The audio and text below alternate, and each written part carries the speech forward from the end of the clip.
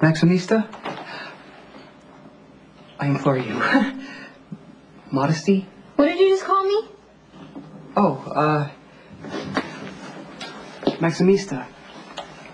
As in the summit. The zenith.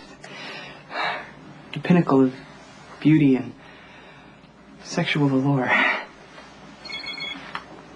Leave it. Well, I'm waiting for vital information. Yeah, but you were just in the middle of complimenting me, and you should finish.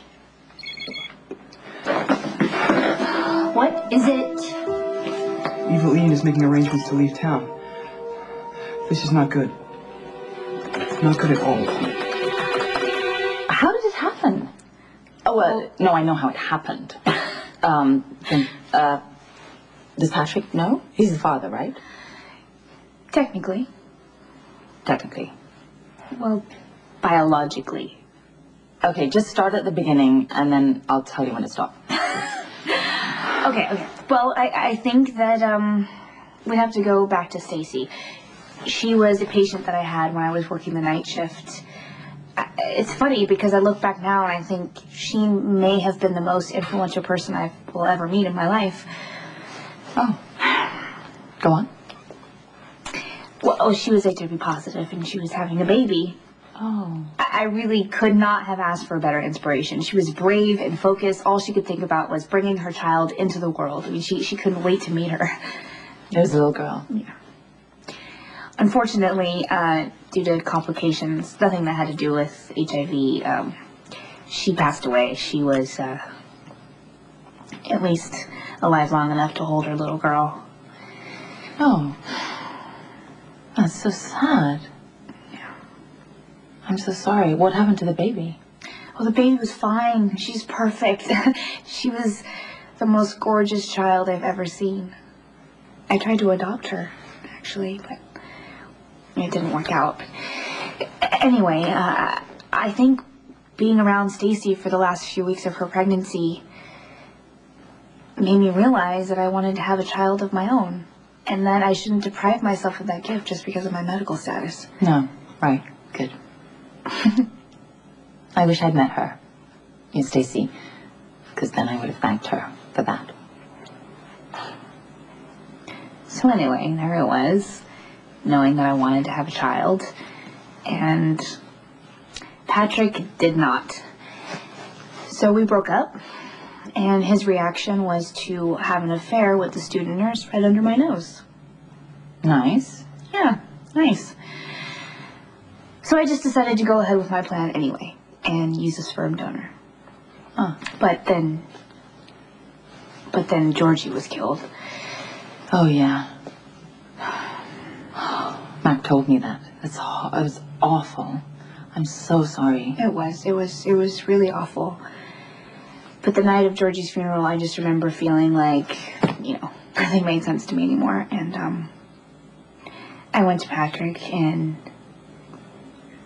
well, we made our baby. So, what does he think now about being a dad? Today, the role of Patrick Drake will be played by Ethan Harrison. Hey, so I'm ready to consult on that patient you mentioned. You're gonna have to take it. I'm leaving. I'm going home for the day? No, I'm leaving for good. As in, Elvis has left the building. As in, I'm gone. Port Charles isn't working out for me after all. Whoa, wait, buddy. This is kind of sudden, isn't it? Yes, it's time to move on. But, since we go way back, I consider you to be one of my few friends. Let me leave you with something. I lost things that mattered. Things that I can never get back. It changed me. Not for the better. Like, you got a kid on the way.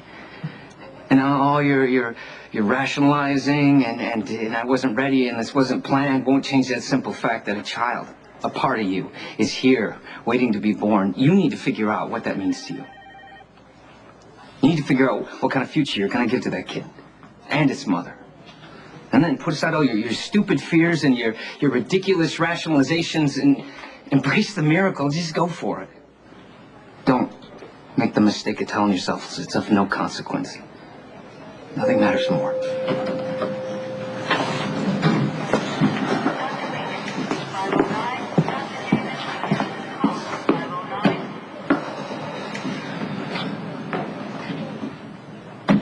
And what would you suggest?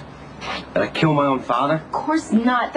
I was thinking more like have him sent back to prison and make sure he stays there this time. It's not that easy, Lulu. Well, guess what? Welcome to the real world where nothing is, but it doesn't mean you don't try.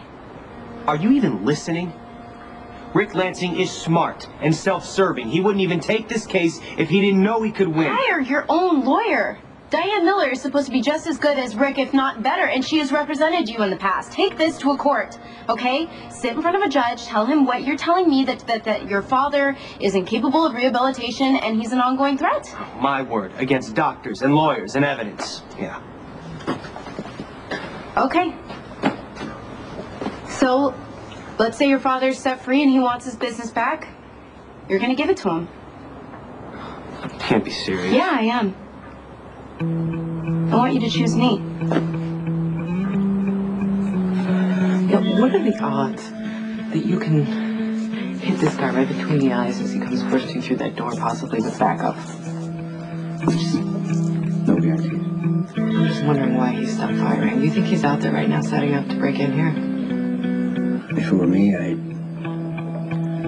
let the adrenaline wear off. And I'd let the targets believe that they're safe. And then I'm gone.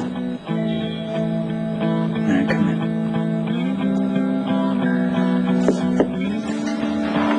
in. So basically what you're saying is if we sleep, we die.